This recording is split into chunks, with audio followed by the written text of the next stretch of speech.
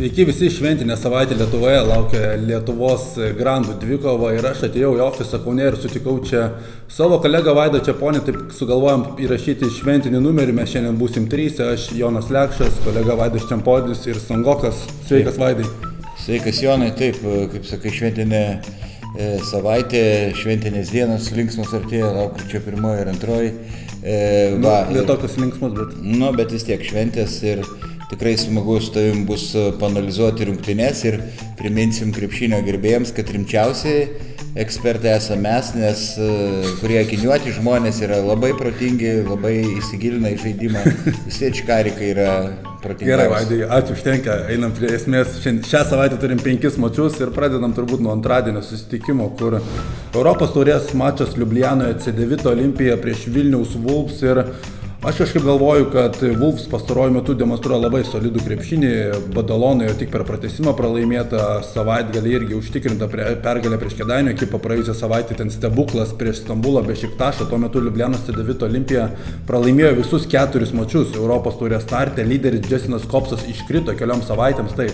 Atvyko Klemenas Prepelčius, kuris demonstruoja įspūdingą formą, 2 mačai, 19,5 taško, 12 rezultatyvių perdavimų vidurkis, yra perspektyvus aukštaūgis Karlo Matkovičius, veteranas Jakab Blažičius, daug labai veteranų, bet aš galvoju, kad Wolves yra šios poros favoritas ir aš tikiuosi, kad Slovėnija Vilniaus komanda iškovos pergalę. Tai šį kartą pritariu tau, aš manau, kad reikia palaikyti labai aukštą žaidimo tempą ir varginti tuos visus veteranus. Prepeličius pastaruoju metu ir traumų maišas buvo, labai jie nesisekė, svarbu neleisti jam mesti tritaškais, praradęs staigumą, jau veržėsi rečiau, kartais meta po driblingo, o Wolves mane stebina Saleimonas, kuris sezono pradžioje, atrodo, nebus toks kaip Keiveris, bet yra tikras žvėris ir vienas gali nulemti rungtynių baigti. Tikrai taip, Sulaimonas ir Šonas Tarmanas įspūdingą formą irgi demonstruoja. Grįžo Gagičius, pažiūrėsim, kiek iš jo naudos, bet kol kas Wolves tikrai atrodo solidžiai ir mes abu prognozuojam pergalę jiems. Na ką, Panevėžio 7bet Lietkabelio laukia išvyka į Kanarų salas, kur visiems nelengva žaisti, netgi Ispanos lygos grandams, tai bus dvikova su Gran Canaria. Praėjusią sezoną Gran Canaria laimėjo Europos taurę dėl finansinių sunkumų, dėl tolimų kelionių atsisakė žaisti Eurolygoje, bet subūrė labai konkurencingą sudėtį. Skaičiau, turi vieną galbūt geriausių Ispanijoje trenerių Jaką Lakovičių, ir jis atsidūrė jau garsių klubų radare ir daug aukšto lygio žaidėjų turi Gran Canaria, Sloteris, Albisi, Šurna, Landesbergas, Lamersas, Brusino. Labai geros sportinės formos, jie kol kas laimėjo viską Europos taurėje, šiek tiek stringa Ispanijos lygoje, bet turi 3 pergalės ir visas namie. Savo aikštėje pralaimėjo tik Barsai. Ten sunku žaisti ir dėl to afrikinio klimato, ir dėl ilgos kelionės, savotiškos reikia aklimatizacijos, kol kas puikiai gynasi. Gran Canaria praleidžia tik po 74 taškus, gerai atakuoja iš įvairių distancijų. Panevėžiečiai tik geriau dėl kamuolių kovoja, bet jų taiklumas geresnis, tai puolime Gran Canaria dažnai nereikia kovoti dėl kamuolių, jų dar silpnybė, kad dažnai gana klysta, po 16 klaidų padaro. Aišku, teigiamas efektas Panevėžio ekipai gali būti Nedo Čanako sugrįžimas, bet tai jau bus ne pirmasis jo mačas. Lietkabelio sudėtis kol kas yra silpnoka, neaišku, ar dar Valinskas žais, ar išvyks į Turkiją, ir aš prognozuoju dėja, bet Gran Canarijos pergalė maždaug 15 taškų skirtumų.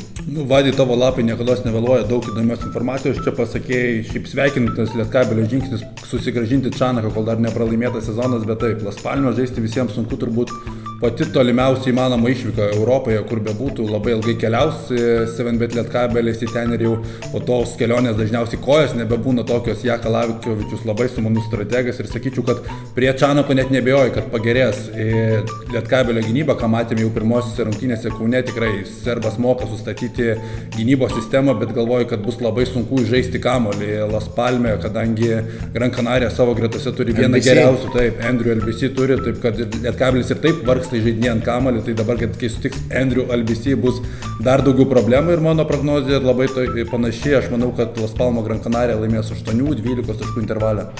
Intensyvi Lietuvos klubų savaitė Europoje tęsiasi ir žiūrime į ketvirtadienį, kur Kauno Žalgiris namuose susitinka su Villerbanų Asvel. Asvelis atliko permainas savo trenerių sudėtyje, atvyko Gianmarco Paceco, jau sužaidė 2 rungtynės, vienas Eurolygoje, kitas Prancūzijoje. Ir jeigu Gianmarco Paceco nėra laikomas didžiulių taktikų, bet čia momentą atrodė, kad Asvelį labiau reikėjo emocinio lyderio ir tas akivaizdu ant parketo. Asvelis iš karto atrodo žymiai solidžiau, juolab, kad ir pavardės sudėtyje nėra tokios prastos, kaip jos atrodė aikštėje. Dekolo, Lavernas, Falas, Maikas Scottas ir kiti yra tikrai daug solidžių patyrusių krepšininkų, kurie manau, kad Eurolygos masteliu yra neblogi žaidėjai. Ir Žalgiris praėjusią savaitę turėjo blankę, labai silpnas mačas su Valencija, prieš Panevėžio klubą taip pat nepavyko įrodyti labai stipraus pranašumo, taip kad manau, kad viskas čia gali būti iki pat rungtynių pabaigos tęstis ir galvoju, kad Žalgiris gali turėti problemų, bet namų sienos visgi padės. Asvelis vis dar be pergalių, tikiuosi, kad po šios savaitės taip ir liks, žalgiriečiai iškovos pergalę, galbūt 6-8 taškų intervalę. Na, iš esmės pritariu tau, kol kas didžiausias Asvelio Achilo kulnas gynyba praleidžia net beveik po 92 taškus.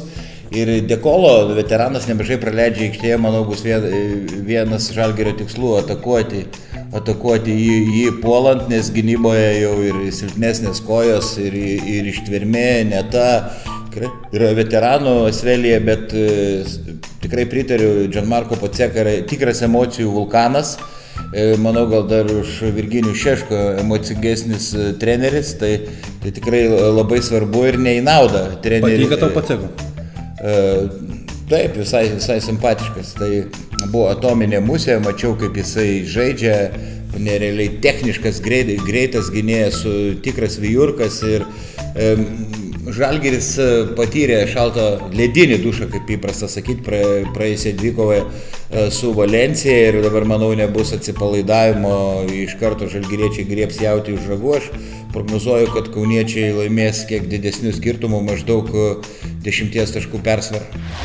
Penktadienį mūsų laukia intriguojanti Eurolygos dvikova, Bolonijos Virtus priims Stambulo Anadolu Efes. Prisipažinsiu, klydau dėl Bolonijos komandos, kuri turnyro starte pralaimėjo Žalgiriui ir man jų sudėtis tikrai ir dabar iki šiol atrodo viena silpnesnių Eurolygoje, bet Luka Banki tikrai atlieka nuostabų darbą.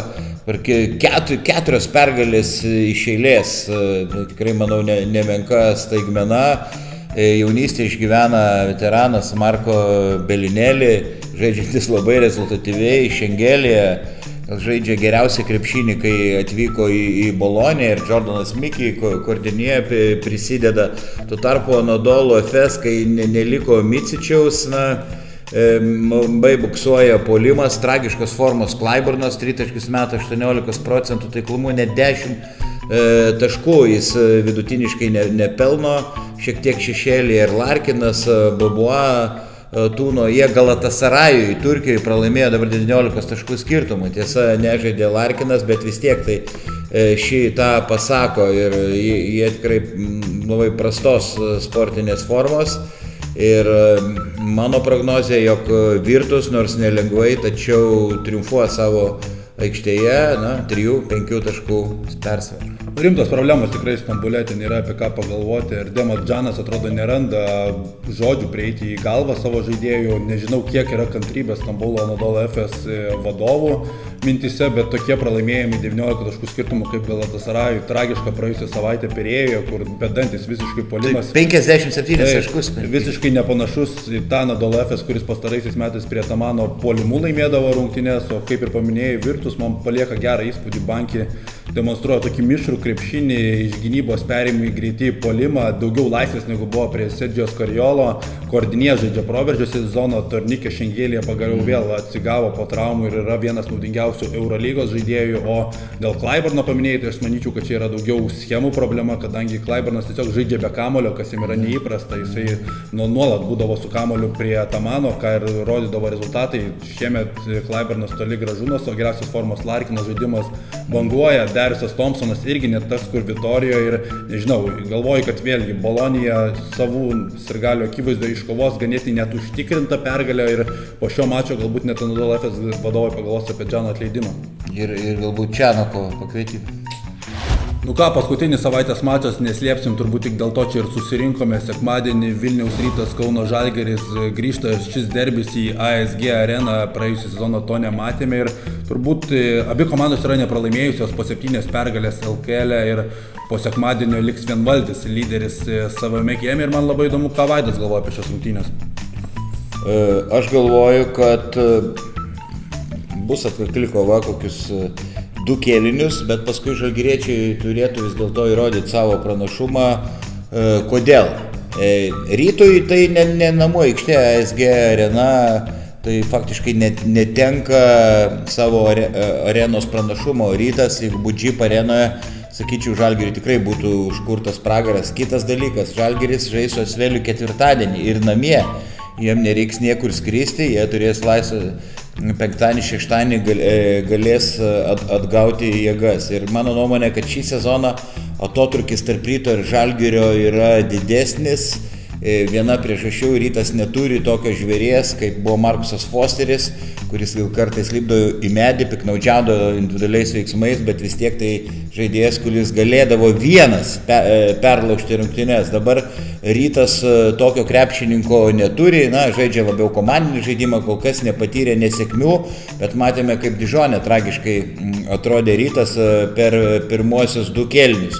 Aišku, puolimas fantastiškas, vidutiniškai 97 taškai per mačą LKL, tai wow, Žalgiris tik 81 renka, bet žalgiriečiai statistiškai daug geriau ginasi ir manau, kad daug kas priklausys ir nuo to, ar iš tikrųjų žais Martynas Echodas ir kokia jo forma, ilgai nerungtyniavęs, nes jeigu nežais Echodas, Žalgiris, manau, bandys žaisti per Šmitą ir Birutį, kuri turės masės ūgio pranašumą prieš tiesioginius savo oponentus. Nesakau, kad Žalgiriui bus lengva, bet prognozuoju kauniečių pergalę 6, 7 ar 8 taškais.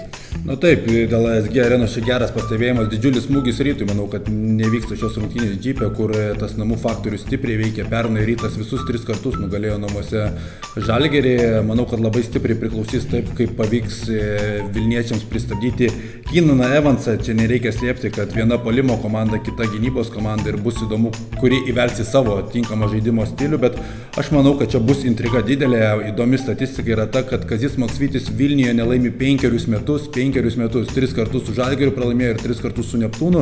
Ir paskutinė pergalė buvo 2018 metų lapkritį, taip kad tai irgi simbolinės rungtynės Kazį nutraukti šią nesėkmių seriją, bet galvoju, kad tai tikrai nebus lengva. Matome, kad Žalgiriui savaitgaliais nusiteikti LKL mačams, nesvarbu kokie tai būtų, ar su Nevėžiu, ar su Lietkabeliu, buvo sunku. Dabar Rytas atrodytų, kad čia jau turėtų tas motyvacinis klausimas nebūti, bet skirtumas yra tas, kad šį sezoną Žalgiriui svarbių mačų yra žymiai daugiau, Rytui tų mačų mažiau ir jiems yra lengviau ruoštis tokiems, lengviau motyvuotis. Dabar sugrįžimas į ASG areną, kur kalbama, kad Rytas rinks rekordinę minę, kaip bebūtų, kokia ten bebūtų atmosfera, bet manau, kad Rytas jausis kaip namie ir sakau, trūksta Radzevičiaus, neaišku, kokia Echodo situacija, visi ženklai rodo, kad Žalgiris ant popieriaus yra stipresnis, bet jau pernai mes matėme, kaip Giedrius Žibėnas sugeba motyvuoti savo auklėtinius ir aš čia tikiuosi rezultatyvių rungtynių ir Ryto pergalės kokiais 3-5 taškais.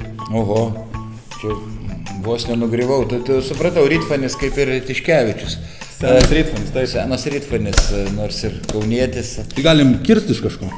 Tai galim lažintis, nežinau, iš teisybės, iš karvės ir nealkoholinio alaus. Ne, tai kaip salos iš karvės. Iš karvės. Iš karvės. Gerai, iš karvės lažinam. Nu ką, komentaras rašykit, ar patiko mūsų toks šventinis duetas, dar sukertam su Vaidu rankomis dėl tos karvės, viskas, kad būtų užfiksuota ir rašykit komentarus savo spėjimus ir Vaidai, tau patiko su manim pakalbėti? Labai, manau, kad ir visiems žiūrovom, nebadykit rašyti neigiamų komentarų, nes kiek susirasim, jūs pagausime, mes rimti ekspertai, nors kai aš vienas prognozuoju, tai papjaunu grybą. Ir pasakiau, kad Žalgiris pralaimės prieš Crveną Zvezdą. Dabar gerai, kad nedariau prognozę, būčiau sakęs, kad tikrai laimės prieš Valenciją. Gerai, kad tu žalfa, nes tai visi tau atleidžia. Taip, kita vertus tikrai esu dar labai jaunas, pasitaisysiu ir viskas prieš akį. Tai Tai ką? Baigiam? Baigiam. Viso gero.